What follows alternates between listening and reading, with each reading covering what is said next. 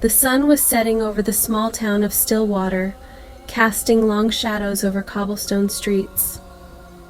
In the quiet of the 1930s, people lived simple lives. Storekeepers closed shop at dusk, children played in the town square, and the woods that surrounded the town had been a constant presence. But lately, something was different. A chill lingered in the air, and whispers filled the town.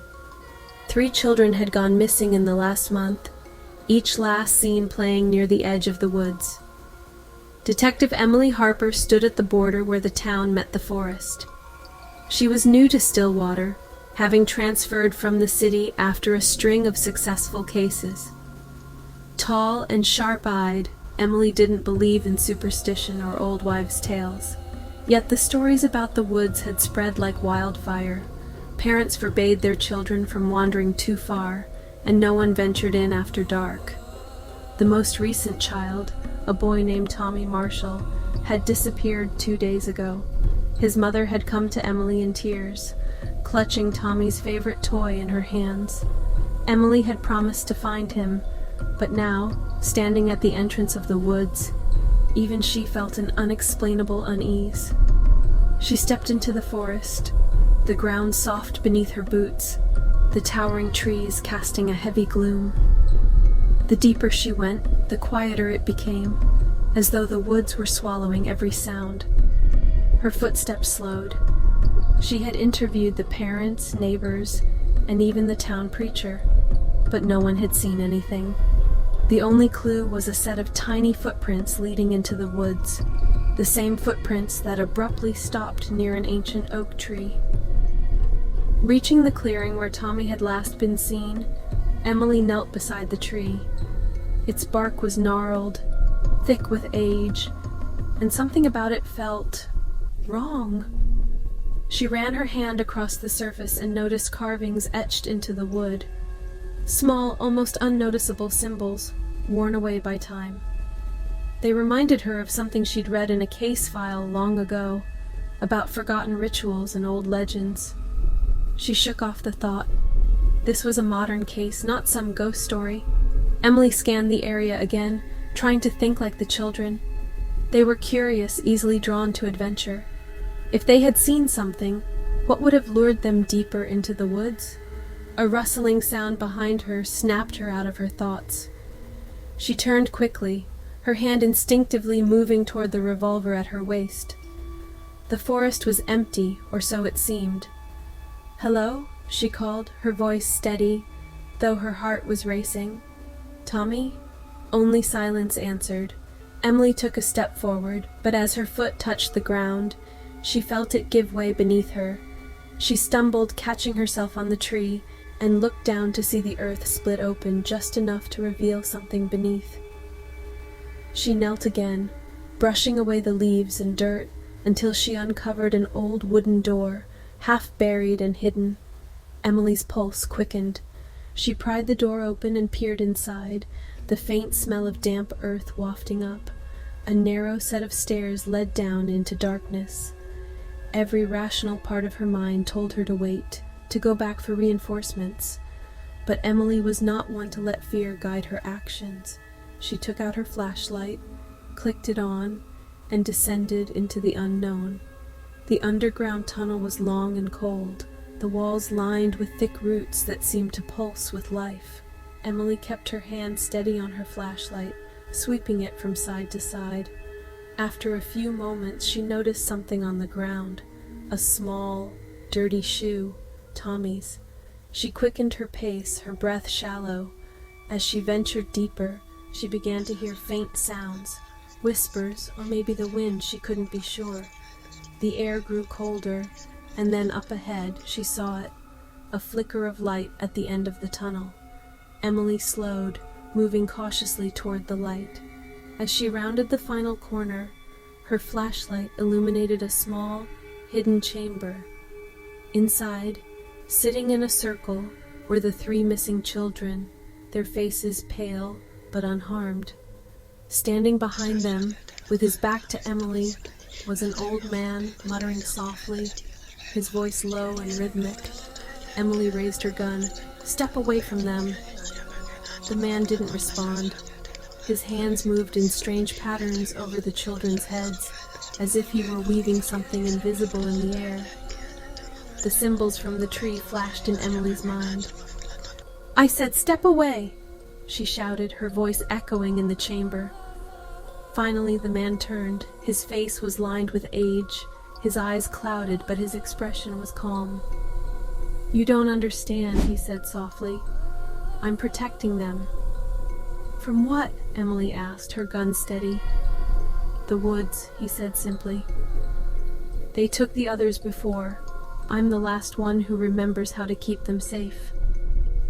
Emily glanced at the children, who sat quietly, eyes glazed, as though they were under some kind of trance. "Safe? You call this safe? These children are missing. Their families are terrified. If I let them go, without the protection, the forest will take them for good," the man said, his voice rising in desperation. "There are things in the woods, things older than this town. I've seen it." Emily took a step forward. "Then release them. I'll find another way to protect them." The man hesitated. "Another way? You don't know what you're dealing with," he said bitterly, his voice thick with memories. "No one does anymore." He stepped back, eyes narrowed as though measuring Emily's resolve, and continued in a quieter tone. "It wasn't always like this, you know. I was just a boy when it began." The man's name, Emily would later learn, was Amos Carr, born and raised in Stillwater. Amos had been an ordinary child, like the ones now sitting in the circle, but 70 years ago, his own sister had disappeared in these woods. She had been the first. They called it an accident, said she'd gotten lost and fallen into a ravine, Amos explained. But I knew better. She'd told me, just before she went missing, that she heard voices coming from the woods. She used to sneak out at night, trying to follow them. The town, unwilling to believe in anything more than bad luck, dismissed his sister's disappearance as a tragic incident, but Amos couldn't forget. In the years that followed, other children disappeared, and each time, the townspeople found convenient explanations: a bear attack, a runaway, a tragic fall. But Amos saw the patterns. As he grew older, Amos began studying the woods, the ancient trees, and the strange symbols carved into the bark. He learned of the old ways, of rituals meant to protect the town from the ancient spirits that lived within the forest. But by then, most of the knowledge had been lost, forgotten as the world modernized, as superstition was replaced by rationality. Only scraps of those teachings remained, enough to offer a fragile defense. Amos had tried to warn the town, tried to get them to understand that the forest demanded something from them, that it wasn't just children wandering off. "The forest is alive," he whispered to Emily. "It remembers. It calls." When Amos's own children went missing in the 1890s, he knew there was no saving them. They were claimed, like his sister. After that, he disappeared from the public eye, becoming a recluse, haunted by guilt and fear.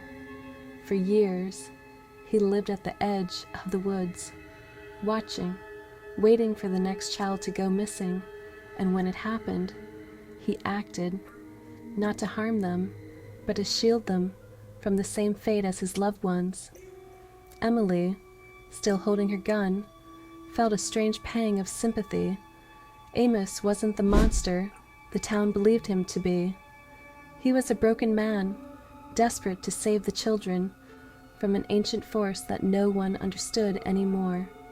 "You think you can stop it," Amos said, breaking the silence, "but it's older than us. Older than this town?" "I don't believe in old stories," Emily replied, though a part of her was no longer so sure. "But I believe in doing what's right." Slowly, Amos raised his hands, and whispered a few final words. The children blinked, their trance broken. They looked around, confused, as if waking from a long dream. Emily lowered her gun and hurried over to the children.